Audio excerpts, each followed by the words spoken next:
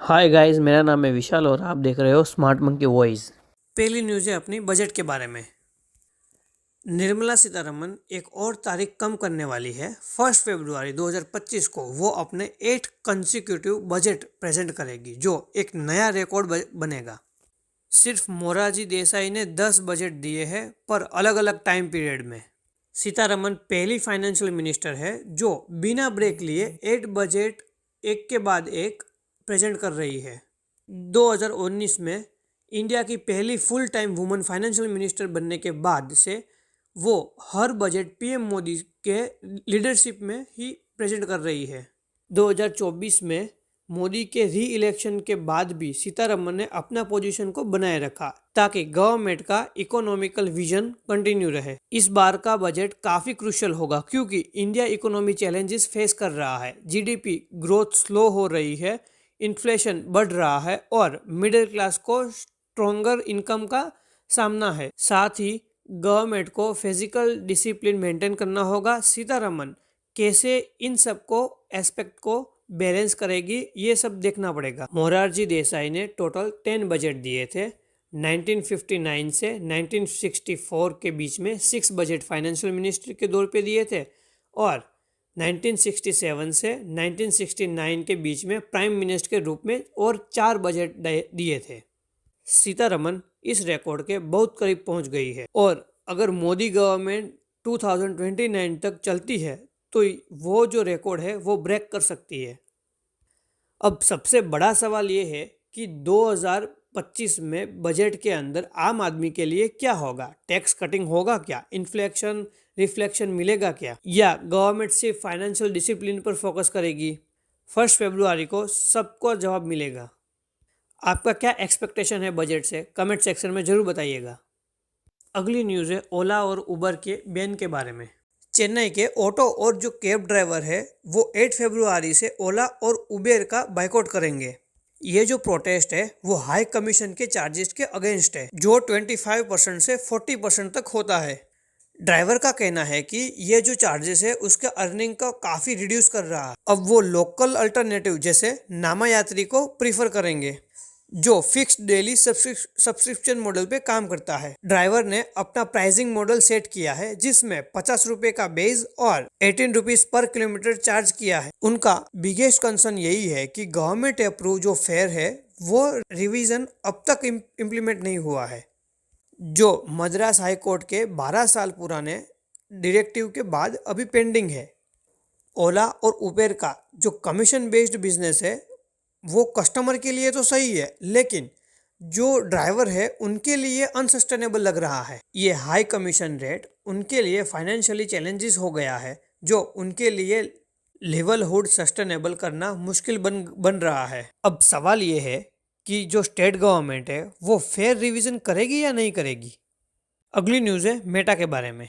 Meta के CEO mark Zuckerberg ने announce किया है कि कंपनी लॉन्ग टर्म में एआई के अंदर $100 बिलियन इन्वेस्ट करेगी। इस इन्वेस्टमेंट में अपकमिंग लामा 4 एआई मॉडल भी शामिल होगा जो मल्टी मॉडल और एजेंटिक कैपेबिलिटी के साथ आएगा। मेटा का एम है कि वो एआई स्पेस में लीडर बना और लामा 4 का सबसे एडवांस और वाइडली यूज्ड एआई मॉडल बनाए। अगर दूसरी तरफ देखा जाए तो इंडिया भी इस रेस के अंदर पीछे नहीं है। गवर्नमेंट अपना खुद का लार्ज लैंग्वेज मॉडल बनाने की प्लानिंग कर रही है। हमने अगले न्यूज़ में देखा था कि गवर्नमेंट इन्वेस्ट कर रही है एआई के अंदर। गवर्नमेंट ने एआई के अंदर 10 फर्म को सिलेक्ट किया है जिनमें जियो प्लेटफॉर्म और टाटा कम्युनिकेशन भी शामिल है। ये जो फर्म है वो जीपीयू सप्लाई करेगी जो एआई डेवलपमेंट के लिए ज़रूरी है। मेटा और इंडिया दोनों एआई के अंदर हैवी इन्वेस्टमेंट कर रहा है। इससे कंपटीशन काफ़ी इंक्रीज हो गया है। अगली न्यूज़ पे जाने से पहले आप लाइक का बटन दबा दीजिए। आप लाइक का बटन नहीं दबा रहे हो और चैनल को सब्सक्राइब कर दीजिए। अगली न्यूज़ है उत्सव स्पिरिचुअल ऐप के बारे में। Kolkata based spiritual tech startup उत्सव ऐप ने pre series A funding round में 6.35 करोड़ रेज किया है। ये राउंड लीड किया है इकोनॉमिटी इन्वेस्टमेंट और इंडिया कोऑर्डिनेट जो पहले से इन्वेस्टर है उसने भी सपोर्ट दिया है। उत्सव ऐप ये फंड अपने ऑपरेशन को एक्सपांड करने के लिए यूज करेगा।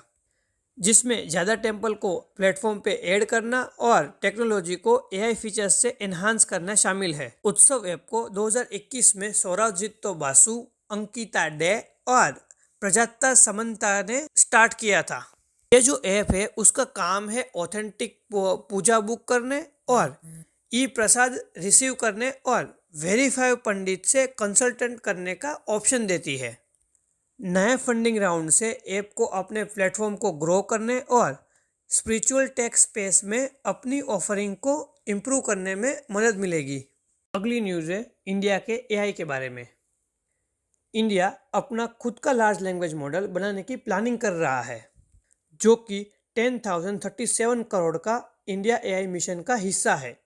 ये जो स्टेप लिया गया है वो एआई कैपेबिलिटी को मजबूत करने के लिए काफ़ी इम्पोर्टेंट है। गवर्नमेंट ने भी 10 कंपनी को सिलेक्ट किया है जो 18,693 जीपीयू सप्लाई करेगी, जो एआई मॉडल बनाने के लिए जरूरी मशीनरी लर्निंग टूल्स को डेवलप करने में मदद करेगी। अपना यूनियन मिनिस्टर अश्विनी वैष्णव ने ये कहा कि गवर्नमेंट के सपोर्ट के साथ इंडिया का एआई डेवलपमेंट दुनिया का सबसे कम कॉस्ट पर होगा, जो ग्लोबल एआई लैंडस्केप में हमारी कॉम्पिटिटिव एज को स्ट्रॉन्ग करेगा। अगली न्यूज़ है यूपीआई ट्रांजैक्शन के बारे में। 1 फरवरी 2025 से कोई भी यूपीआई ट्रांजैक्शन जो स्पेशल कैरेक्टर के साथ होगा वो डिक्लाइन हो जाएगा। ये डिसीजन एनपीसीआई ने 9 जनवरी 2025 को दिया है। स्पेशल कैरेक्टर मतलब कि जैसे कि यूपीआई के अंदर @ आ गया, हैशटैग आ गया, तो वो वाले ट्रांजैक्शन नहीं होगी। इसको इसीलिए डिक्लाइन किया कि यूपीआई आईडी को स्टैंडर्डाइज किया जाए ताकि ट्रांजैक्शन और स्मूथ और रिलायबल हो सके। ये जो स्टेप लिया गया है वो यूपीआई सर्विस की एफिशिएंसी और सिक्योरिटी को इम्प्रूव करेगा। अगली न्यूज़ है कॉलेज देखो के बारे में। कॉलेज देखो ने फाइनेंशियल ईयर 24 में अपनी रेवेन्यू 32% से बढ़कर 216 करोड़ की, लेकिन इसके बावजूद भी कंपनी को 129 करोड़ का नेट लॉस हुआ है, जो फाइनेंशियल ईयर 23 में भी सेम था। यह कंपनी का फोकस कॉलेज एडमिशन, काउंसलिंग और एजुकेशन सर्विस पर है और ये कमीशन बेस्ड रेवेन्यू मॉडल पर काम करती है। इस साल कंपनी का जो एक्सपेंस है वो 349 करोड़ तक पहुंच गया है, जो पिछले साल से 16% से ज़्यादा है। एडवर्टाइजिंग और आउटसोर्सिंग के कॉस्ट में भी सिग्निफिकेंटली इंक्रीज देखा गया है, लेकिन डिस्प्रीट एफर्ट, एबिटा मार्जिन और आरओसीई भी नेगेटिव में है, -44.6% और -78% पे है। कॉलेज देखो को अब अपने मार्केट पोजीशन को इम्प्रूवमेंट करना होगा ताकि वो एजुकेशन टेक मार्केट में अपना एज बना सके। अगर ये चेंजेस जो नहीं किया गया तो लॉन्ग टर्म ग्रोथ पर इम्पैक्ट जरूर मिलेगा इसको। अगली न्यूज़ है थ्रेड के बारे में। मेटा का जो थ्रेड है वो 320 मिलियन मंथली एक्टिव यूजर तक पहुंच गया है, जो पिछले महीने 300 मिलियन था।